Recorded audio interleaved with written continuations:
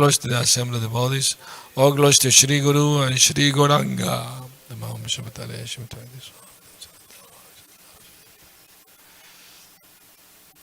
Narayanam namaskritya Naram chaiva narottamam Devim Saraswatim Vyasam Tato Jaya Mudiraye Nasta Prayesha Badreshu Nityam Bhagavata Sevaya Bhagavati Uttama Shloki Bhaktir Bhavati Naishtiki Om Namo Bhagavate Vasudevaya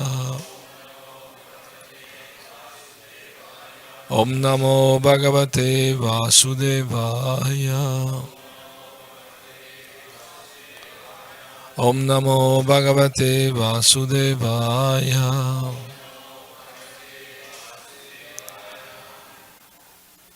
Brishambrina Lada Balam Mehantam Iva Bibyatam Vipamanam Padaikena Siddhantam Shudrataditam Brishambrina Lada Balam Mehantam Iva Bibyatam Vipamanam Padaikena Siddhantam Shudrataditam.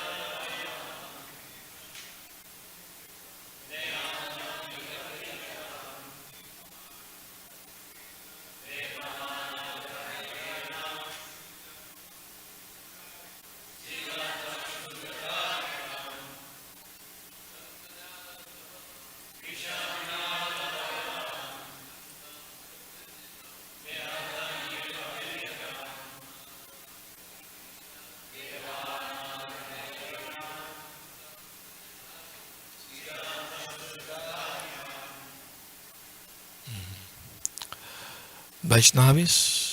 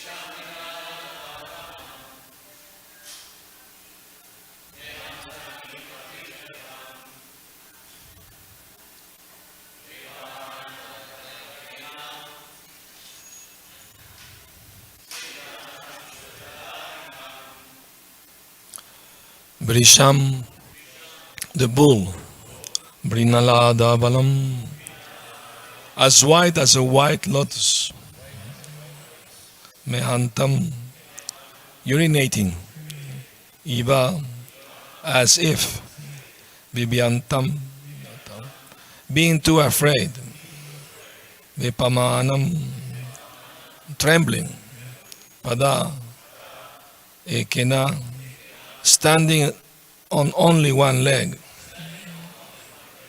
Siddhantam, terrified, Shudrataditam, being beaten by a Shudra. Translation: the bull was as white as as a white lotus flower. He was terrified of the Shudra who was beating him, and he was so afraid that he was standing on one leg, trembling and urinating. Purport. The next symptom of the age of Kali is that principles of religion, which are all spotlessly white, like the white lotus flower, will be attacked by the uncultured Shudra population of the age.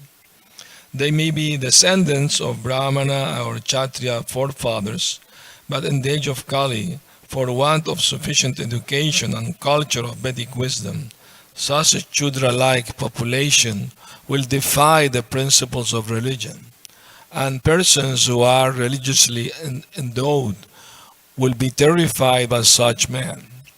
They will declare themselves as adherents of no-religious principles, and many isms and cults will spring up in Kali Yuga, only to kill the spotless bull of religion. The state will be declared to be secular or without any particular principle of religion, and as a result, there will be total indifference to the principles of religion. The citizens would be free to act as they like without respect for Sadhu, Shastra, and Guru. The bull standing on one leg indicates that the principles of religion are gradually diminishing. Even the fragmental existence of religious principles will be embarrassed by so many obstacles, as if in the trembling condition of falling down at any time. Umagyanatimirandasya Gyananjana Salakaya Chakshurum Militam Yena Tasmai Shri Gurave Namaha Shri Chaitanya Manobishtam Shtapitam Yena Bhutale Swayam Rupa Kadama Yam Dadati Swapadantikam Bande Ham Shri Guru Shri Yuta Padakamalam Shri Gurum Vaishnavamscha Shri Rupam Sagrajatam Sahagana Ragunatam Vitam Tam Sajivam Sadvaitam Savadutam Parijana Sahitam Krishna Chaitanya Devam Shri Radha Krishna Padam Sahagana Lalita Shri Vishakam Vitamscha He Krishna Karuna Sindhu Dinabandhu Jagatpate Gopesha Gopika Kanta Radha Kanta Namostute Tapta Kanchana Gaurangi Radhe Vrindavanishwari Vrishabhanusute Devi Pranamami Hari Priye Vanchakalpatarobhyascha Kripa Sindhubhya evacha Patitanam Pavanebhyo Vaishnavebhyo Namo Namaha Jaya Shri Krishna Chaitanya Prabhu Nityananda Shri Advaita Gadadhar Shivasadi Gaura Bhakta Vrinda Hare Krishna Krishna Krishna Hare Hare Hare Rama Rama Rama Hare Hare Mukam karoti vachalam pangum langayate girim yat kripatamaham bande Shri Gurum Dinataranam. So,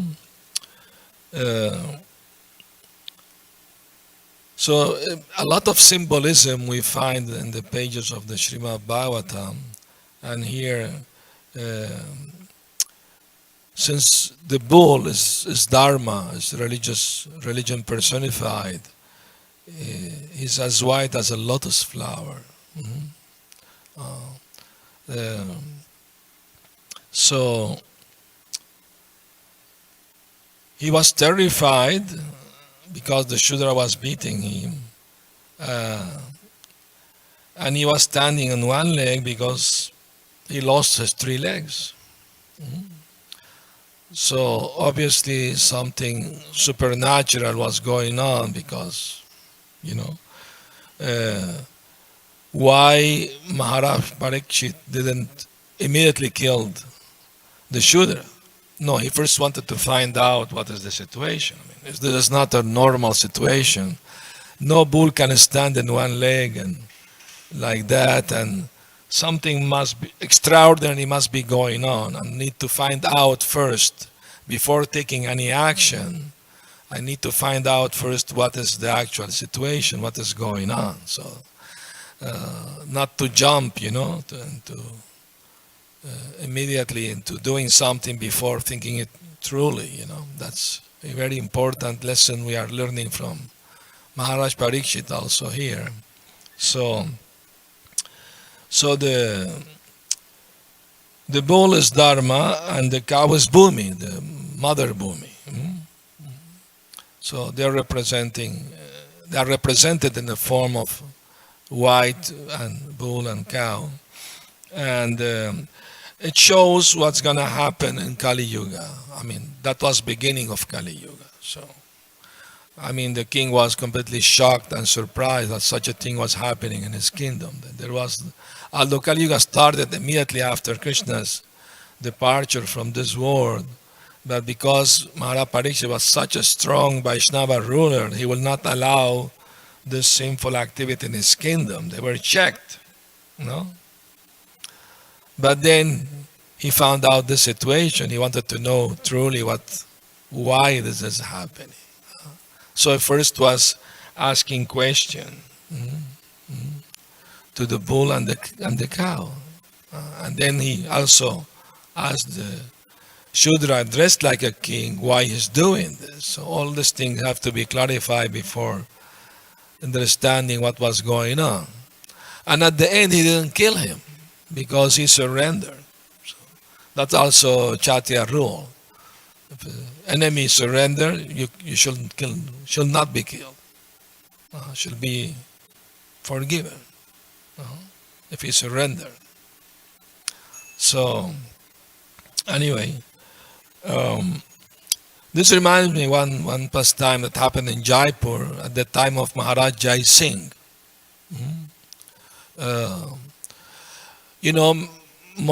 Most deities of Vrindavan took shelter in Jaipur because Maharaj Jai Singh was a great devotee and he had a very good relations with the Muslims rulers.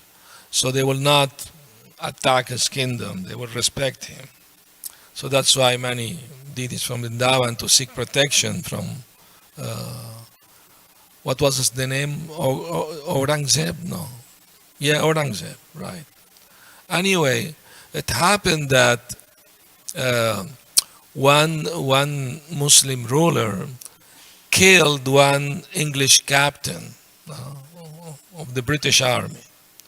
So the British, they put the price on his head, dead or alive.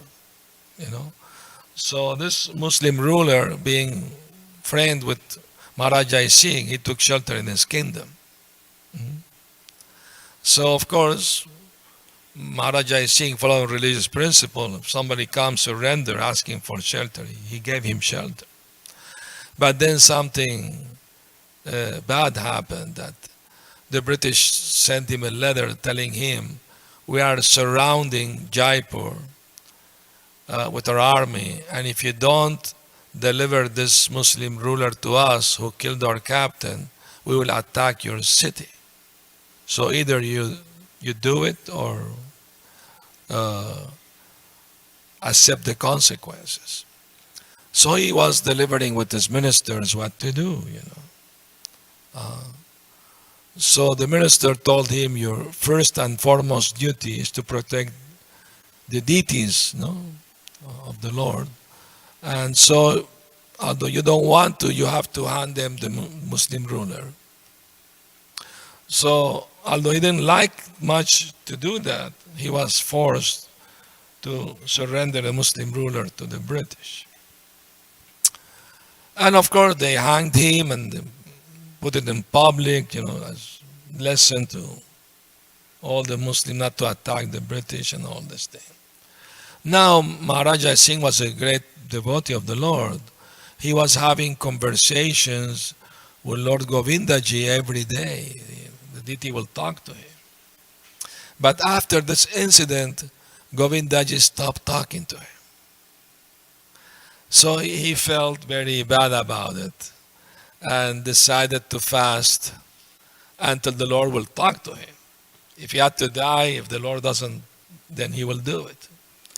So then his ministers also, they felt guilty that we advised him such a way and we are going to lose such a great devotee as a ruler. They also start fasting. So And after like 3 days fasting, the Lord Govindaji appeared in Maharaj Singh's dream, and he told him, "My dear devotee, please break your fast. I'm going to talk to you again.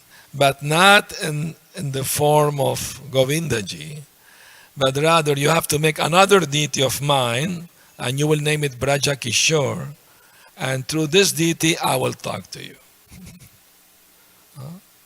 So these are pastimes of the Lord, of course. I mean, he said there is no difference between me and Braja Kishore. We are one and the same, but that's the way I want to do it.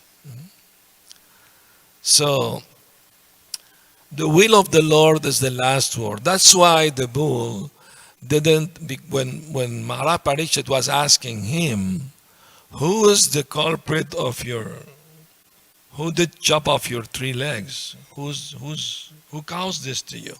He was hesitant to speak, to say so. He was speaking philosophy. Say, some philosophers says that we are ourselves the cause of our own happiness or suffering. Some others say this, that, So, and what is the conclusion of the Vaishnavas about the subject? What is the cause of suffering? We usually say karma, you're paying for your karma. But Vaishnava take it a little differently. Vaishnava take it that is the will of the Lord, and we should accept it.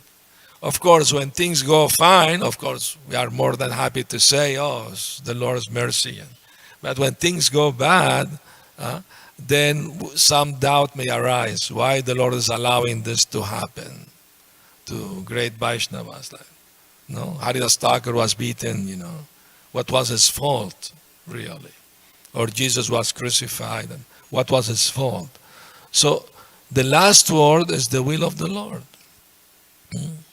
Isn't? And there is some lesson behind it. I mean, just to become devotee doesn't mean one will not suffer. The Pandavas suffered a lot. I mean, Prahlad Maharaj suffered a lot. So, what is the conclusion then? The conclusion is that the Lord's act in a mysterious way, and He has a purpose. And everything He does, He has a purpose to show. To give a lesson, to glorify more even His pure devotees when they undergo all kind of tribulation and they remain fixed in loving devotional service. They never lose their faith in the Lord in any condition. So that's one teaching and happened to Maharaj Parikshit himself. I mean, he was cursed to die in 7 days. He could counteract that curse. He had the power to do it. But he didn't do it. Why? Because he thought nothing happened accidentally. This must be, in my case, the will of the Lord. He must have higher purpose. And there was a higher purpose. First, the Lord was feeling separation from his pure devotee Maharaj Parikshit. And second, he wanted him to hear Srimad Bhagavatam from the lips of Shukadev Goswami. So there's some higher purpose that we can see immediately in any situation. And do you know the saying, not even a blade of grass moves without the will of the Lord, isn't it? And behind this saying, there is a story also. That's in the Puranas. That once, with the help of Lord Vishnu, the demigods defeated the asuras, the demons. And they were very proud. Oh, we are so strong, so powerful. We defeated the asuras, We are great. Then Lord Vishnu wanted to teach them a lesson in humility. And he took a blade of grass in his fingers and started to challenge all the demigods to do something. He told Vayu, can you make it move a little? He blew all his wind, nothing happened. Not even an inch. Then he told Indra, can you cut it in half with your thunderbolt, Vajra? And his Vajra was cut in half when he threw it at the blade of grass. He asked Agni, can you change its color with your fire? Nothing happened. So all the devatas fell at the lotus feet of Lord Vishnu and asked forgiveness, and I acknowledge we were proud, and now we understand without your blessing we can't do anything. So that's important lesson we have to hear to understand, because the four religious principles, as we know them, given by Prabhupada and Shastras, are austerity, cleanliness, what else? Mercy, and truthfulness. These are four. And three of them are destroyed by pride, attachment to women, and intoxication. There is only one standing, that's truthfulness, and it's trembling. There is a lot of false propaganda and lies going on in the world. Isn't? Once a devotee asked Prabhupada, I'm a very proud person. How can I be humble? Prabhupada said, by being humble. So, any opportunity we get to practice humility, we should take advantage of it, I remember the first day I went to the temple, that was in Caracas, in beginning of 74, was a Sunday feast. So, when I was teenager, I asked the Christian priest how God looks like, because the Bible says we are made in the image of God. So he said, that's a mystery, nobody knows how God looks like. And I wasn't satisfied with that answer. Then I read that there are more truth to be told, but you are not ready to understand. And also, look for the truth and will make you free. I say, okay, we have to find the answer somewhere else. If it is not here in this religion, let me find it somewhere else. So in that search, I start practicing yoga and, meditation and vegetarianism, all this. But they also have a conception of God impersonal. God is everything. We are God. Everything is God, and everything is one. I wasn't satisfied with that either, and I told the teacher I need to know God more personally.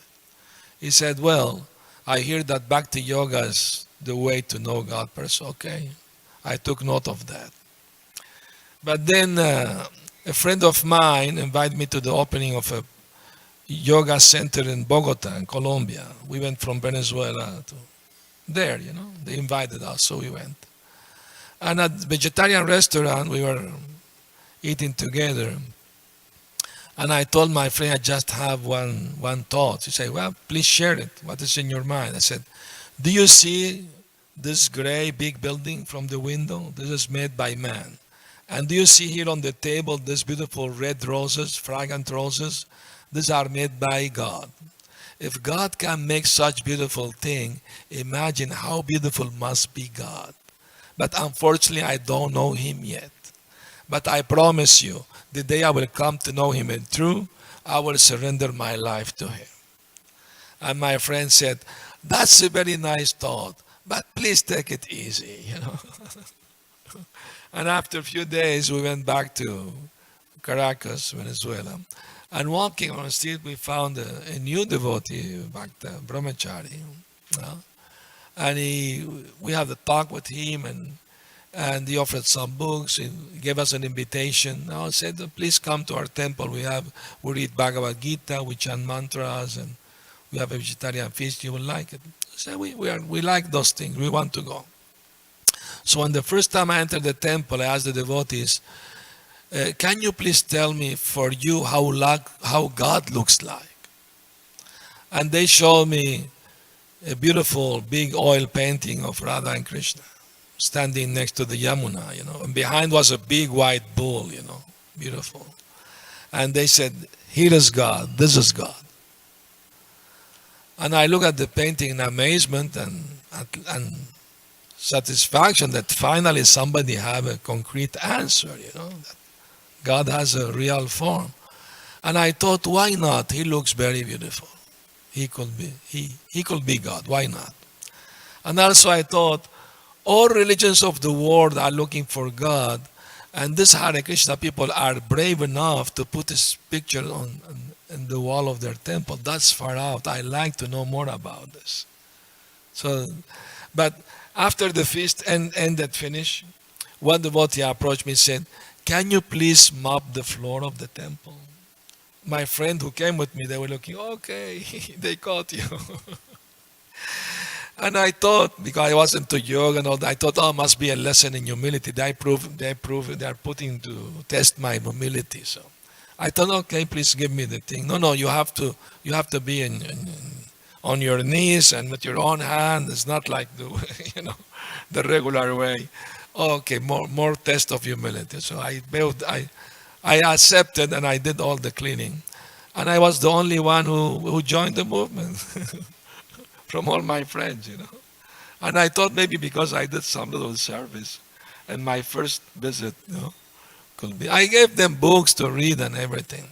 So anyway, what I was telling you before this story. Anybody remember? Huh? Yeah, yes, okay, all right. So he met the deity and Braja Kishore talked to him again. So, but we're talking about the religious principles, and one of them is pride. So, I mean, pure devotees they have all good qualities, including humility, of course. But there is one incident about that in the life of Ramanujacharya and his disciples. He had a disciple named Govinda Das. He was his nephew and disciple. And he was a pure devotee, great devotee of the Lord. And one day his godbrothers were praising him. Oh, Govinda, you're such a nice devotee. You have all these good qualities. They start enumerating all his good qualities. You're humble, you're tolerant, you're merciful, you're kind. You're always surrendered to Krishna, all these good qualities. And to their dismay, Govinda said, yes, it is true. I have all those good qualities. They were shocked. I mean, they were not expecting this answer. When somebody praise you, you try to be humble. No, Prabhu, don't say such a thing. I'm a fallen soul.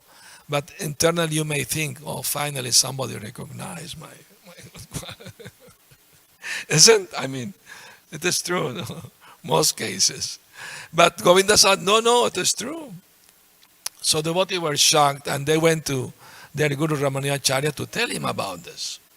So Ramanujacharya immediately called Govinda to talk to him privately and said, Govinda, what is this pride? It is not proper for you, Vaishnava, to speak like that. Why did you say so? And Govinda Das said, my dear Guru Maharaj, you are right, I have no good qualities at all.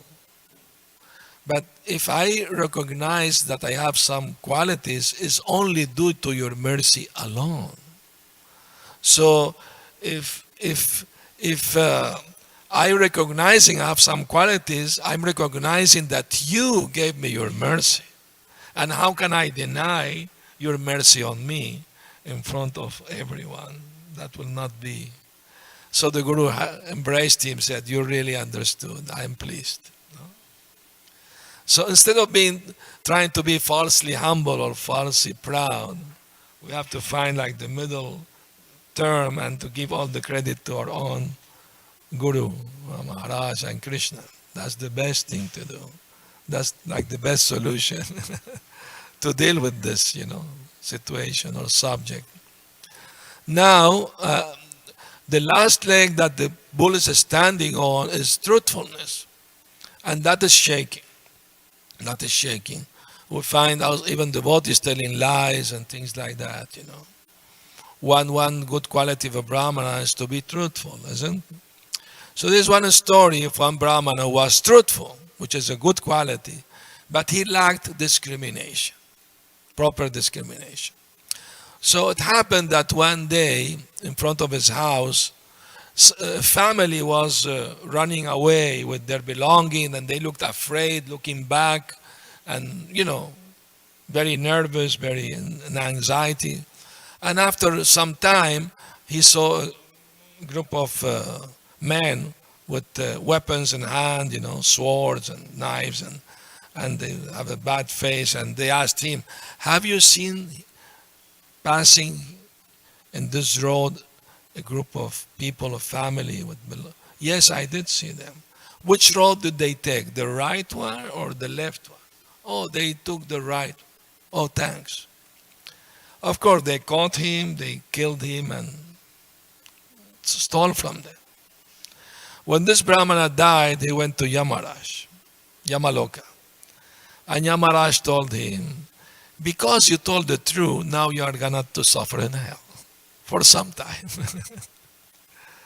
So see, because according to Bhagavad Gita, it's not only has to be true what you say, but has to be also beneficial for others. If it is harmful, then it shall not be told. Isn't? That's the lesson of this story of this Brahmana. No? So, anyway,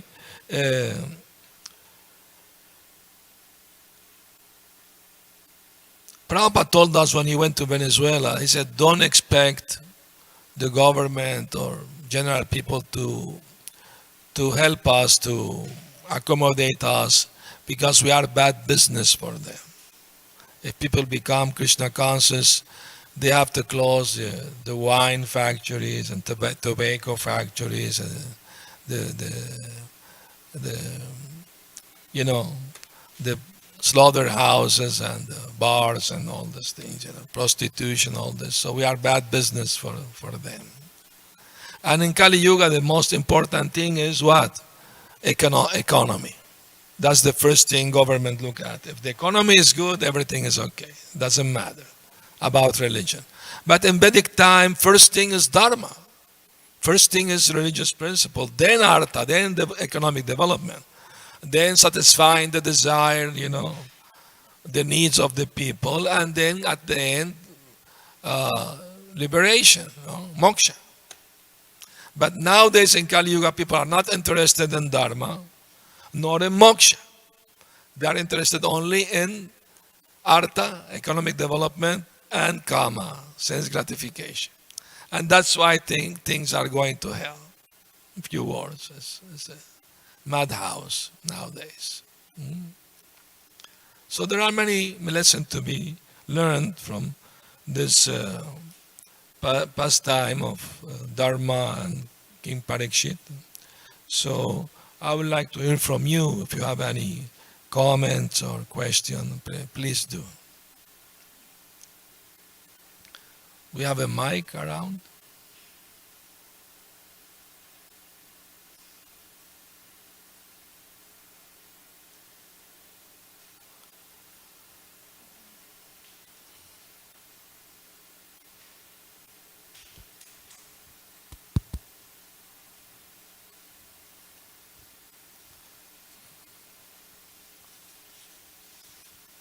Maharaj, what did Bihari say to the king? Did you speak to him? Nobody else could hear what they're talking about. Only the king will hear the answers of the deity of Braja Kishore. I mean, the Lord was teaching something very important. Although you may be forced to do something which is not the right thing, you have to suffer a little for it. Although you are unwilling to do it, but still you are forced into a situation, still you have to accept the karma of it. That's one lesson to be learned. Yes. Maharaj, when you were mentioning that, Prahlad Maharaj suffered, and many other devotees, great devotees, go through suffering sometimes, we understand that most of them, they're very elevated, highly elevated devotees, mature, and then we very often quote that verse, Tatenu kampan susamik shamano. Yes. And when devotees hear that, you still go on, okay, the verse is very good, it worked for them, but I'm not at that level of consciousness. Yes. And the suffering is going on, and I'm practicing Krishna consciousness, supposedly, doing my best. What would you recommend to do for those devotees who although quoting that verse and knowing that that's the solution, Yes. but at the same time it's not working for me. What would you recommend? It's not working because we have to change our way of thinking. That's everything. Tattenu kamsam shamikshama bunjana vatma kritam vipakam vidapaburi vidahan namaste jiveta yomukti pade sadayabak. Dayabak means, that's the test, in every exam one has to learn the lesson to pass the test. And in this life, the test is that even in very difficult situation, how we react to it, how we take it. The verse saying that devotees should take it as the mercy of the Lord. How? By thinking, because of my past misdeed, I deserve to suffer even more, much more. But the Lord is so kind to me because I'm trying to be His servant. He's just giving me a token of what actually I deserve. It's difficult to think that way when you are really into big troubles and health problem, and it's difficult. I agree. It's not easy, but at least we should try to adjust our mind to think according to this verse of the Bhagavatam spoken by Lord Brahma. So at least we shall try, philosophically adjust our mind. This is the reality. And when devotee, everything goes fine for him, well, of course he give all the credit to the Lord and think, I don't deserve so much, but the Lord is so kind. He's giving me more than I actually deserve. Prabhupada's father, Gaur Mohan De, used to say that there is a form of Krishna with 10 hands. If he wants to give you something, how much you can hold with your 2 hands? And if he wants to take away something from you, how can you prevent it? So, if we have faith in Krishna's action and decision, and we have to be surrendered to accept whatever comes as the mercy of the Lord. Yes. Thank you for a nice class, Maharaj. Hare Krishna. I was just tracing in my own life that when I was not serious about Krishna consciousness, I'm a little bit more serious now. That life was very frustrating and unhappy, and over the year by year, as I've taken to the process more seriously, it's gotten much better, more peaceful, nice prasadam, nice association, Especially nice prasadam. activities, harinam, book distribution, developing that love, the gratitude for people, So actually, I know that sometimes there's a pinch in the material world, Yeah. but it seems like we really do get a lot of relief from the suffering in life by becoming devotees. Yeah. I'm just noticing that. Yeah, it is a fact, We all have to suffer old age, disease, and death. It's unavoidable. It's not going to get better. It's not going to get better. Prabhupada said, the more pessimistic we become about the material world, the more we make spiritual advancement. Because we put more our faith to be happy in Krishna consciousness and not so much trying to be happy with the material comforts or good health and this. If that comes, fine, we use it for Krishna's service, but if not, then we accept it also. No? There is a Bengali saying, whatever we learn in this life will be put to test at the time of death. Prabhupada said, you may be a very good devotee, very advanced devotee, but that will be proven at the time of death. So, better start getting ready from now. All right. Yes, Archita Prabhu, please pass the mic to Archita.